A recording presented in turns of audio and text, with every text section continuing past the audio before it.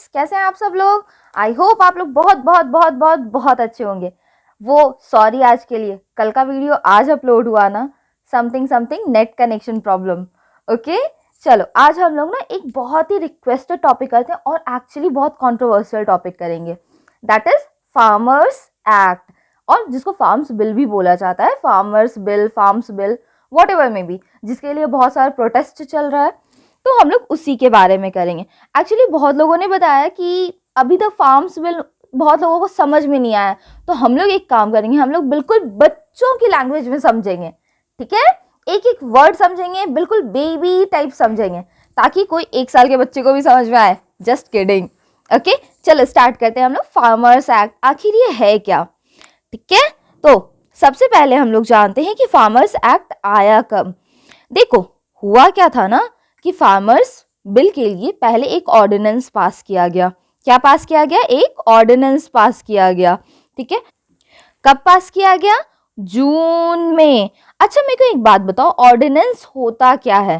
ठीक है, oh shit, ordinance लिखा गया, स्पेलिंग इज ORDINANCE,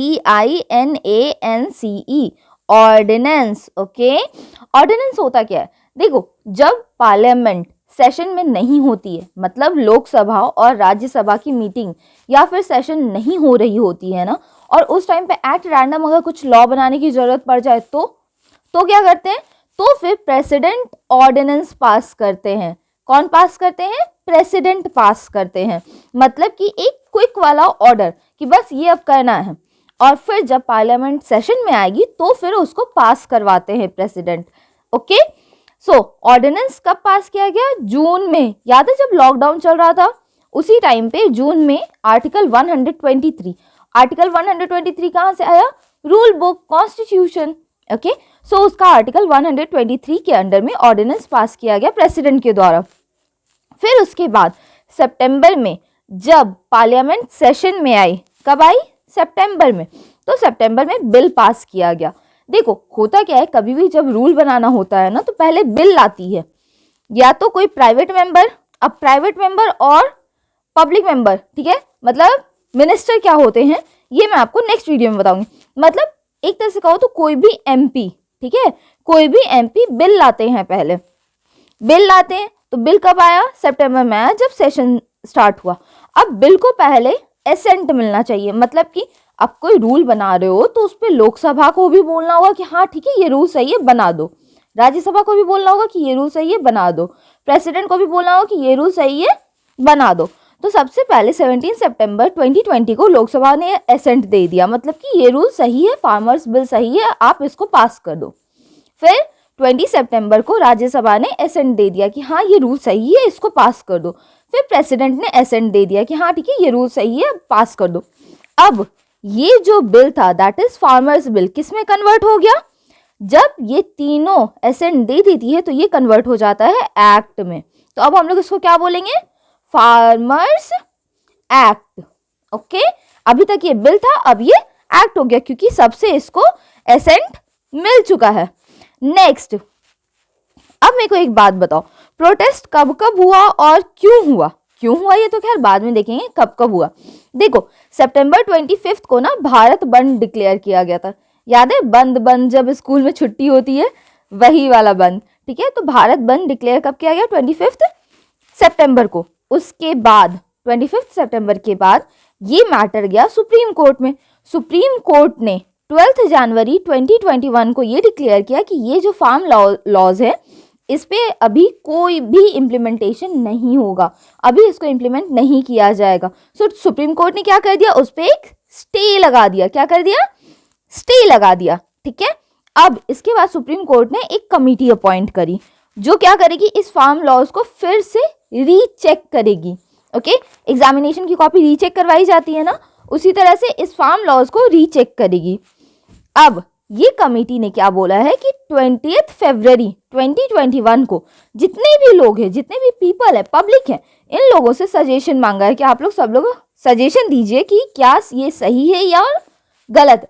अगर आप लोग चाहो तो आप लोग भी सजेशन दे सकते हो, बट उसके लिए आपको पहले फार्म्स लॉ अच्छे से समझना होगा। तो चलो हम लोग फार्म लॉ समझ लेते हैं। तो देखो, फार्म्स लॉ में के अंदर 3 लॉ है, ठीक है। कितने लॉज है? 3 लॉज है, ओके। पहला लॉ है एसेंशियल कमोडिटीज अमेंडमेंट एक्ट। क्या है? Essential commodities amendment act. कहाँ चला गया? यहाँ आ गया, ओके। सो पहला है हम लोग का एसेंशियल कमोडिटीज अमेंडमेंट एक्ट। पता है बाकी के 2 नाम ना बहुत बड़े हैं, इसलिए मैंने एक साथ नहीं दिखाया, एक एक करके दिखाऊंगी, ओके, ताकि आप लोग डरो नहीं। सो पहला है एसेंशियल कमोडिटीज अमेंडमेंट एक्ट। देखो ये अमेंडमेंट वर्ड का मतलब क्या होता है? अमेंडमेंट वर्ड का मतलब होता है कुछ चेंज करना, ठीक है। तो पहला जो ये मेन एक्ट है वो था 1955 का एसेंशियल कमोडिटीज एक्ट। अब इस एक्ट के अंडर पता है क्या होता है एग्जैक्टली? देखो होता क्या है ना कि बहुत सारे जो एफसीआई की गोडाउन्स होते हैं ना, या बहुत सारे जो पब्लिक जो सामान बेचते हैं, जिसको हम लोग ना आड़तिया बोलते हैं, ओके, आड़तिया, जो बीच के मिडिल मैन होते हैं ना। अब फार्मर्स प्रोड्यूस किए और हम लोगों ने खरीदा, इसके बीच में बहुत सारे लोग हैं जो इन फार्मर से क्रॉप को लिए और हमें दिए। तो ये जो मिडिल मैन होते हैं ना, ये क्या करते हैं कि फार्मर से बहुत सारा सामान एक साथ ले लेंगे, ओके, बहुत सारा सामान ले लेंगे, ठीक है। बहुत सारा सामान ले लिए और जाकर के इस सामान को अपने गोडाउन में स्टोर कर देते हैं। अब गोडाउन में स्टोर करने से क्या होता है? इस सामान को इन्होंने फार्मर से लिया सपोज 5 रुपीज पर केजी के अकॉर्डिंग, ठीक है, 5 रुपीज पर केजी के कॉस्ट से लिए और अपने गोडाउन में रख दिए। अब गोडाउन में रखने का कॉस्ट मान के चलो कि उनको 1 रुपी पर केजी आया, ओके। अब ये क्या करेंगे? जो खरीदने वाले लोग हैं मतलब कंज्यूमर्स को गोडाउन में सेव किए। अब जब देखेंगे कि इस सामान का price 20 rupees, 30 rupees, 40 rupees per KG हो गया है ना, तो ये अपने गोडाउन से सामान निकालेंगे और जा करके किसको सेल कर देंगे? जो बायर्स हैं मतलब हम लोग। तो अब देखो हम लोग कितने पे सेल करेंगे? ₹40 पर केजी पे सेल करेंगे। अब मेरे को एक बात बताओ, अगर इतने महंगे पे वो सेल कर रहे हैं तो इनको कितने का प्रॉफिट हुआ? 5 रुपीज और 1 रुपी, इतने का ही खर्चा हुआ ना बस, और बाकी 34 रुपीज पर केजी का तो उनको प्रॉफिट हो गया, हुआ ना। तो यही करते हैं जो ये मिडिल मैन होते हैं ना, फार्मर से सामान लेते हैं, ओके, और जा करके फिर कंज्यूमर्स को महंगे रेट में सेल कर देते हैं। कुछ दिन गोडाउन में रखते हैं, फिर कंज्यूमर्स को महंगे रेट में सेल कर देते हैं। तो इससे क्या होता है कि ये मिडिल मैन को तो प्रॉफिट होता है, लेकिन फार्मर्स को तो उतना प्रॉफिट नहीं हुआ ना। 34 रुपीज पर केजी इनके पास चला गया, लेकिन फार्मर्स को क्या मिला? फार्मर्स को तो 5 रुपीज पर केजी मिला। कुछ मिला क्या? कुछ फायदा हुआ क्या? नहीं। तो एसेंशियल कमोडिटीज एक्ट में यही बोला गया था कि ये जो मिडिल मैन है ना, ये एक पर्टिकुलर लिमिट से ज्यादा स्टॉक नहीं कर सकते हैं। मतलब अपने गोडाउन में कुछ एक पर्टिकुलर लिमिट के बाद वो लोग फूड क्रॉप्स को या ओनियंस को, पोटैटो को, किसी भी चीज को, एडिबल ऑयल, सीड ऑयल, किसी भी चीज को एक लिमिट से ऊपर वो लोग होल्ड नहीं कर सकते हैं, ये उन्होंने बोला, ठीक है। तो ये तो अच्छा लॉ था, लेकिन इस बार के फार्म्स लॉ में ये बोला गया है कि इस कमोडिटीज एक्ट से, ठीक है, बहुत सारी चीजों को हटा दिया जाएगा, जैसे कि cereals, pulses, potato, onions, edible oil seed, food, ये सारी चीजों को इस एसेंशियल कमोडिटीज एक्ट से हटा दिया जाएगा। अब इससे लॉस क्या होगा? अब जितने भी मिडिल मैन हैं वो लोग क्या करेंगे? गोडाउन में बहुत सारे स्टोर कर लेंगे, सस्ते रेट में खरीदेंगे और महंगे रेट में फिर कंज्यूमर को बेचेंगे कुछ दिन गोडाउन में रखने के बाद। तो यही चीज हटा दिया गया, इसीलिए फार्मर्स गुस्सा कर रहे हैं कि आपने इस चीज को क्यों हटाया। हाँ, लेकिन अब सरकार ने क्या बोला कि accept under extra ordinary circumstances, war और कैजुअलिटी, मतलब या तो झगड़ा हो रहा हो या फिर कोई आपदा आई हुई हो, जैसे कि फ्लड वगैरह कुछ आया हुआ हो, तो उस टाइम पे होर्डिंग नहीं की जा सकती है। तो भाई जरूरी थोड़ी है कि ऑल टाइम वॉर होते रहेगा या फिर कुछ आपदा ही आएगी, ऐसा तो नहीं हो सकता है। अधिकतर टाइम में तो इस गोडाउन में वो लोग सेव कर लेंगे। तो इसी बात का गुस्सा फार्मर्स को आ रहा है। साथ ही साथ इससे क्या होगा कि एग्रीकल्चरल प्राइस बहुत ज़्यादा फ्लक्चुएट करेगा। अब जो फार्मर्स, जो मिडिल मैन है, ठीक है, मिडिल मैन क्या करेंगे? कम रेट में लेंगे और फिर बहुत ज़्यादा रेट में बेचेंगे। अब ऐसा अगर सारे मिडिल मैन करने लगेंगे तो क्या होगा? 5 रुपीज पर केजी सारे गोडाउन में रखा हुआ है। अब जैसे कि याद है लास्ट टू लास्ट ईयर क्या हो रहा था? प्याज का रेट कितना था? 200 पर केजी, 300 पर केजी। तो वही चीज होगा कि अब अगर मार्केट में प्याज आएगा ही नहीं तो ऑब्वियसली 200-300 पर केजी बिकेगा ना। तो सोचो 5 रुपीज पर केजी उन्होंने खरीदा और 200-300 रुपीज पर केजी वो बेच रहे हैं, तो फिर फायदा इस फार्मर्स को हुआ क्या? नहीं, मिडिल मैन को हुआ। इसी बात का गुस्सा आ रहा है सबको, इसी बात का फार्मर्स को गुस्सा आ रहा है। ठीक है, अब हम लोग नेक्स्ट लॉ देखिए। देखो नेक्स्ट लॉ जो है वो है farmers empowerment and protection amendment on price assurance and farms services act. अब देखो इसमें ना एक चीज क्या किया गया कि कॉन्ट्रैक्ट फार्मिंग को अलाउ कर दिया गया। अब मेरे को एक बात बताओ, कॉन्ट्रैक्ट फार्मिंग क्या होता है? सबसे इंपॉर्टेंट बात देखो, पूरे बिल में ना अगर आपको कुछ कुछ इंपॉर्टेंट टर्म्स पता हो ना तो फिर आप लोग आराम से कर सकते हो, मतलब फार्म्स लॉ आपको इजीली समझ में आ जाएगा। एक काम करते हैं, हम लोग पहले कॉन्ट्रैक्ट फार्मिंग समझ लेते हैं क्या होता है। देखो कॉन्ट्रैक्ट फार्मिंग का मतलब होता है कि ऐसे क्या किया जाता है ना, जैसे मान के चलो एक पूरा विलेज है, ठीक है, एक पूरा विलेज है, विलेज में बहुत सारे फार्म्स है, बहुत सारे खेत है, ठीक है। अब चिप्स तो बहुत लोगों को पसंद है, लेस पसंद है ना, तो लेस बनाने में क्या लगता है? आलू लगता है, ठीक है। तो आलू की फार्मिंग करने के लिए अब सपोज लेस बनाने की जो कंपनी है उनको बहुत सारे आलू चाहिए, बहुत सारे मतलब टन्स में आलू चाहिए, ठीक है। तो अब वो लोग क्या करेंगे? वो लोग क्या मार्केट से 20 रुपए किलो 25 रुपए किलो खरीदेंगे? ऑब्वियसली नहीं खरीदेंगे। वो लोग क्या सोचेंगे कि डायरेक्टली हम लोग फार्मर से खरीद लें, यही सोचेंगे। तो क्या करते हैं ना, कॉन्ट्रैक्ट फार्मिंग में क्या होता है कि लेस की कंपनी आएगी, इस पूरे गांव को ही खरीद लेगी, ठीक है, इस पूरे गांव की जमीन को ही खरीद लेगी।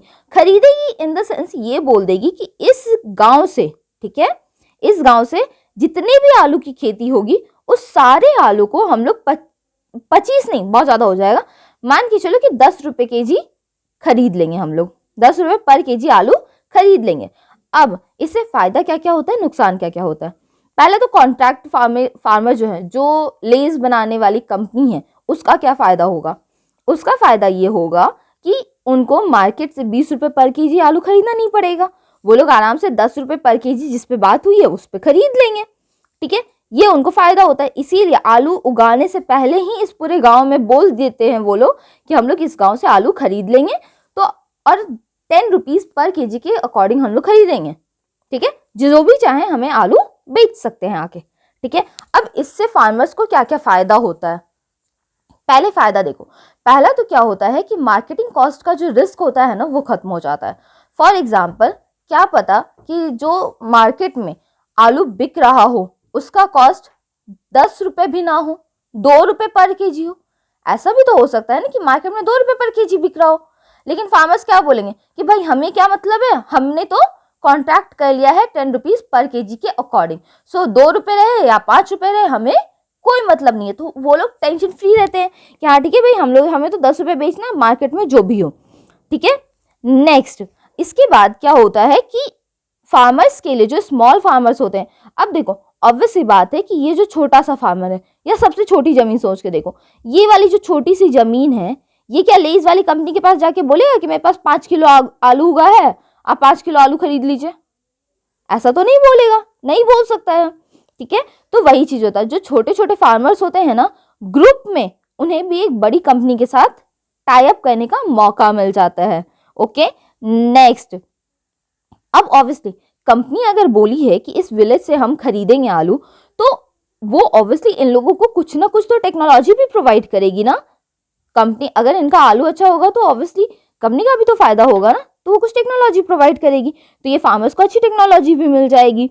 दूसरी बात, साथ ही साथ जो कंपनी होगी, लेस की कंपनी, हो सकता है ये जो छोटा सा फार्मर है, मान के चलिए ये वाला जो छोटा फार्मर है, ये कंपनी के पास जाके बोले कि भैया भैया मेरे पास पैसे नहीं है आलू उगाने के लिए, तो आप मुझे कुछ थोड़ा सा लोन दे दो, ठीक है, आप मुझे 10,000 रुपये लोन दे दो, उसके बाद फिर जब मैं आपको बेचूंगा तो उसमें आप मैनेज कर लेना। तो इसको लोन भी मिल गया, इसको पैसे भी मिल गए उगाने के लिए, ठीक है, तो ये भी फायदा हो जाता है।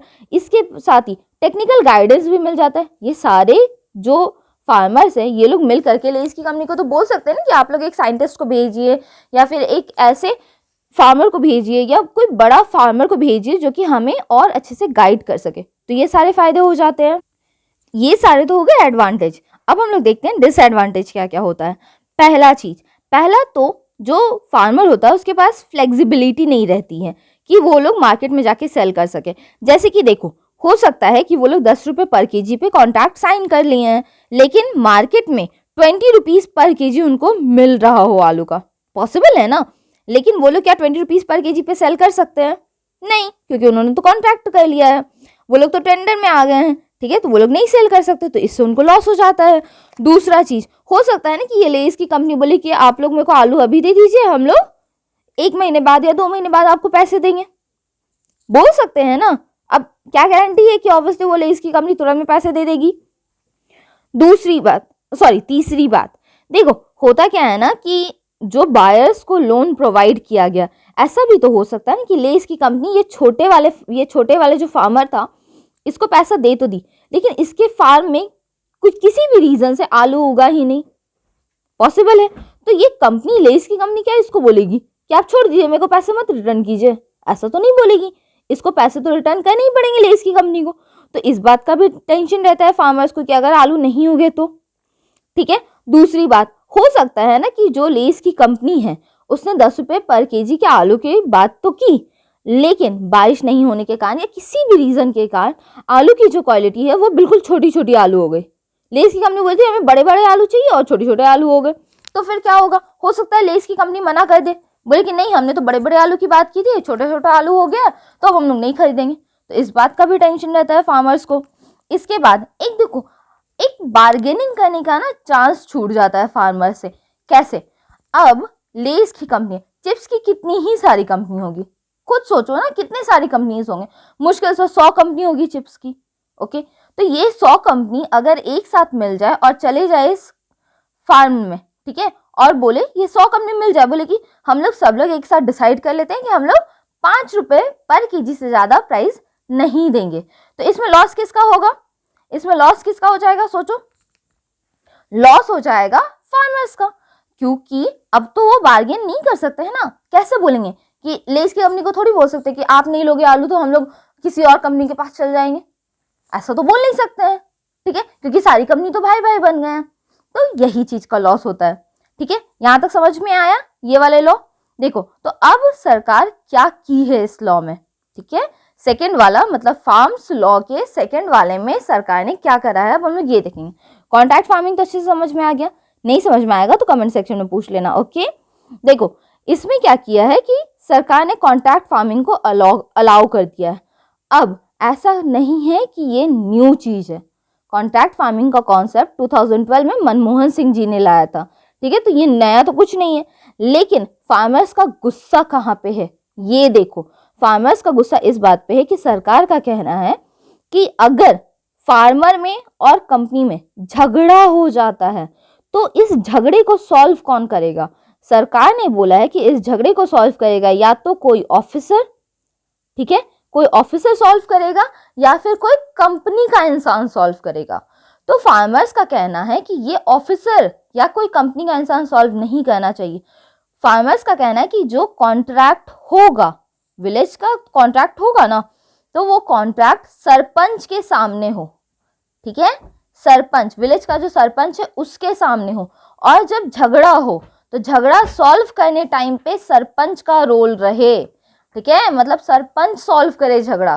क्योंकि ऑब्वियस सी बात है ना, अगर कंपनी का कोई इंसान या ऑफिसर से झगड़ा को सॉल्व करेगा तो फार्मर्स को इस बात का डर है कि ये कंपनी ऑफिसर को खरीद सकता है, घूस दे देगा या कुछ भी करेगा, फिर ये ऑफिसर्स क्या करेंगे कि कंपनी के फेवर में रूलिंग देंगे, कंपनी के फेवर में अपना जजमेंट दे देंगे। तो इस बात का टेंशन फार्मर्स को है कि नहीं, जो भी झगड़ा होगा कंपनी और फार्मर्स इनके बीच में जो भी झगड़ा हो उसको सॉल्व करने टाइम पे कौन रहे?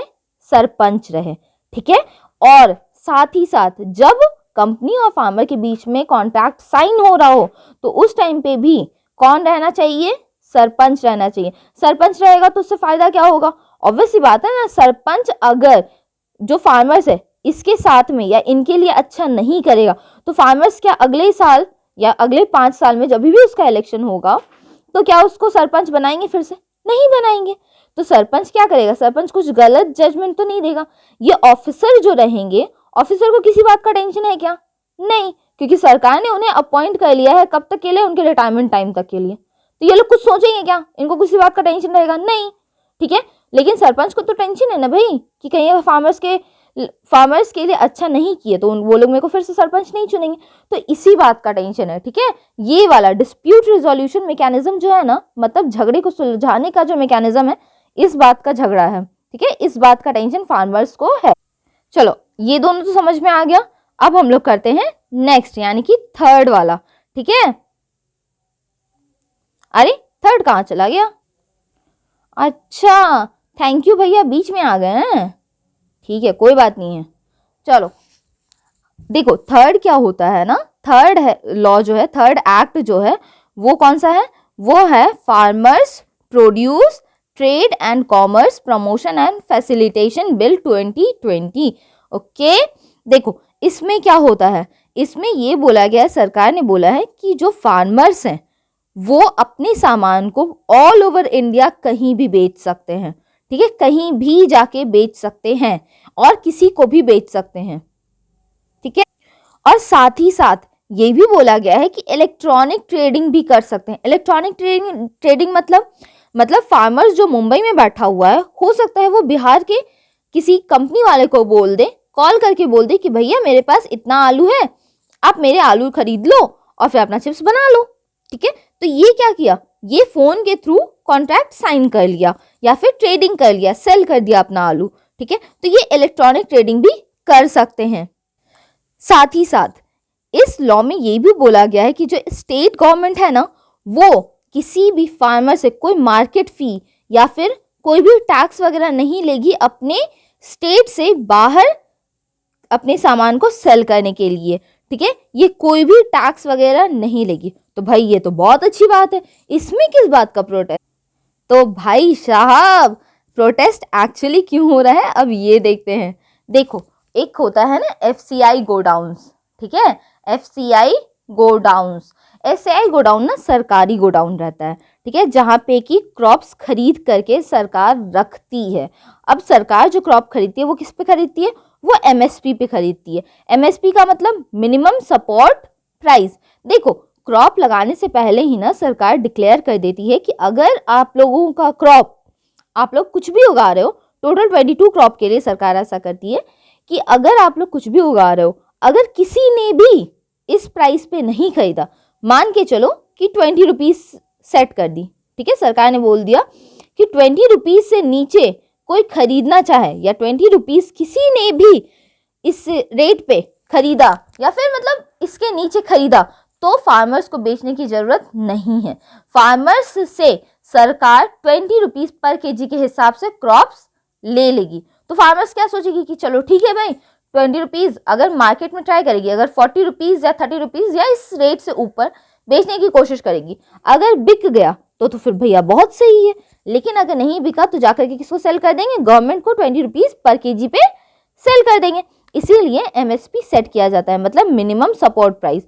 अगर कोई ना खरीदे तो सरकार जिंदाबाद, ठीक है। इस प्राइस को कौन सेट करता है? इस प्राइस को सेट करता है CACP, मतलब commission on agricultural cost and prices, ये सेट करता है। देखो अब प्रॉब्लम क्या है यहाँ पे, क्या हो रहा है ना कि सरकार ने बोला है कि जो भी प्राइस, मतलब ट्रेडिंग कर सकते हैं, मार्केट में ट्रेडिंग कर सकते हैं फार्मर्स, ये तो बोल दिया सरकार।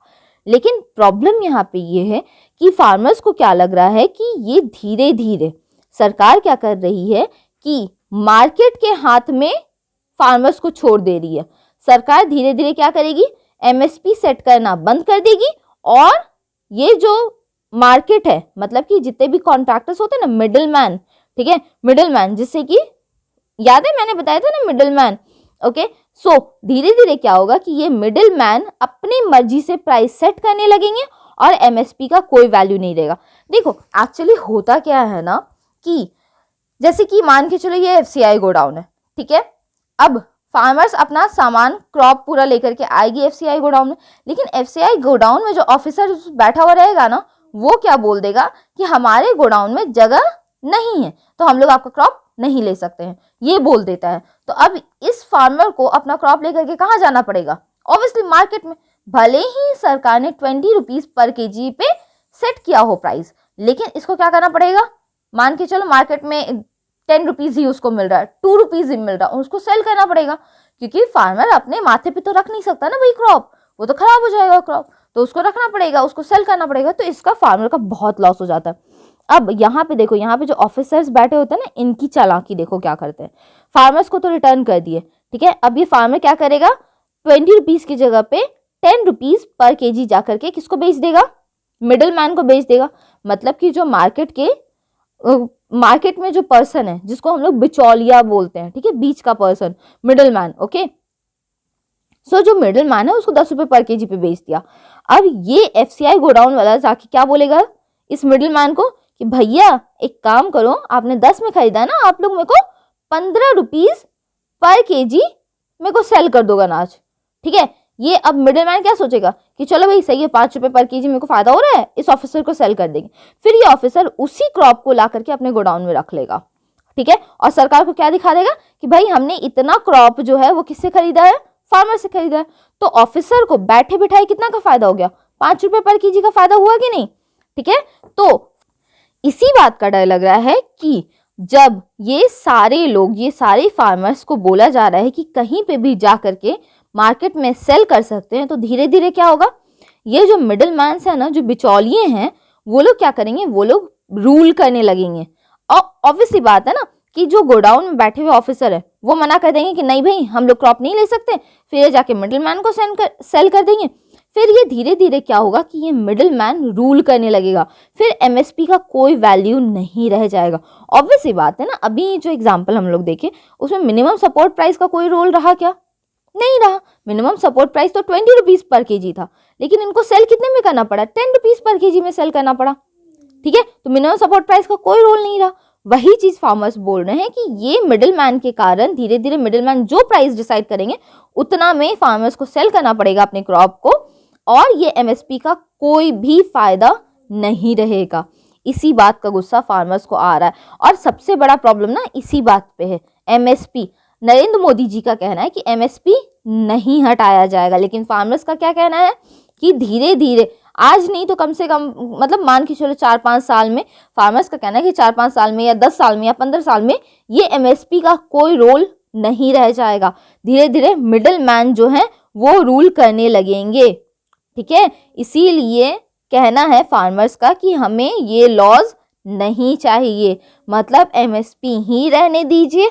अगर आपको कुछ करना ही है तो क्या करो, एफसीआई गोडाउन में जो ऑफिसर्स बैठे हुए हैं उनको लॉयल बनाओ, उनको करप्ट प्रैक्टिसेस से दूर करो, ठीक है। ये कहना है फार्मर्स का। इसीलिए वो लोग नहीं चाहते हैं कि जो फार्मर्स है उनको कंप्लीटली छोड़ दिया जाए, किसके भरोसे पे, मिडिल मैन पे, कि फार्मर्स आराम से जाकर के मिडिल मैन को सेल कर सकते हो। तो इससे तो लॉस फार्मर्स का होगा ना। तो बस इसी बात का प्रोटेस्ट है, ठीक है। यहां तक समझ में आ गया, चलो ठीक है। तो फार्म लॉज समझ में आया, यही है सारे फार्म लॉज। अब स्लाइड खत्म होता है, फार्म लॉज भी खत्म होता है। देखो हम लोग ना किसी कंट्रोवर्सीज में नहीं पड़ते हैं कि क्या फार्म लॉज है क्या नहीं है, गलत क्या सही क्या।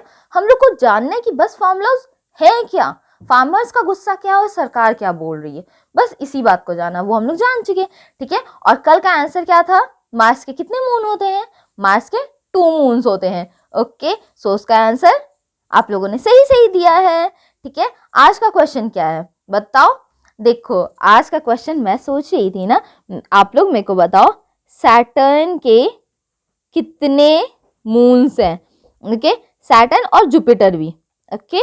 जुपिटर, सैटर्न और जुपिटर के कितने मून्स हैं, ये आप लोग मेरे को बताओगे कमेंट सेक्शन में, ठीक है। तो हम लोग कल मिलते हैं एक न्यू वीडियो के साथ। Till then take care everyone, bye bye.